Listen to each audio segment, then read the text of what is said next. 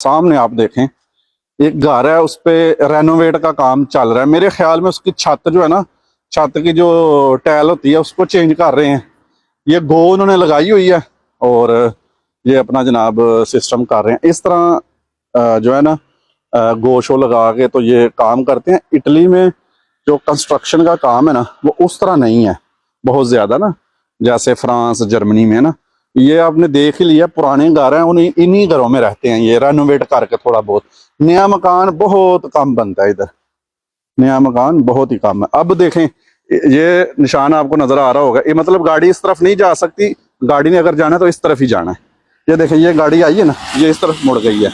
मतलब जो छोटी तंग गली हैं उनको उन्होंने वन वे किया हुआ है, एक तरफ से चले जाए दूसरे तरफ से आ जाए। तो ये देखें जनाब क्या खूबसूरत नज़ारे हैं।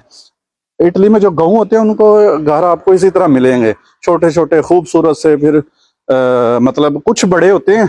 असल में ये लोग ज़रूरत के हिसाब से चीज़ें बनाते हैं। पाकिस्तान में तो दिखाने के हिसाब से लोग बनाते हैं ना, क्या ख्याल है?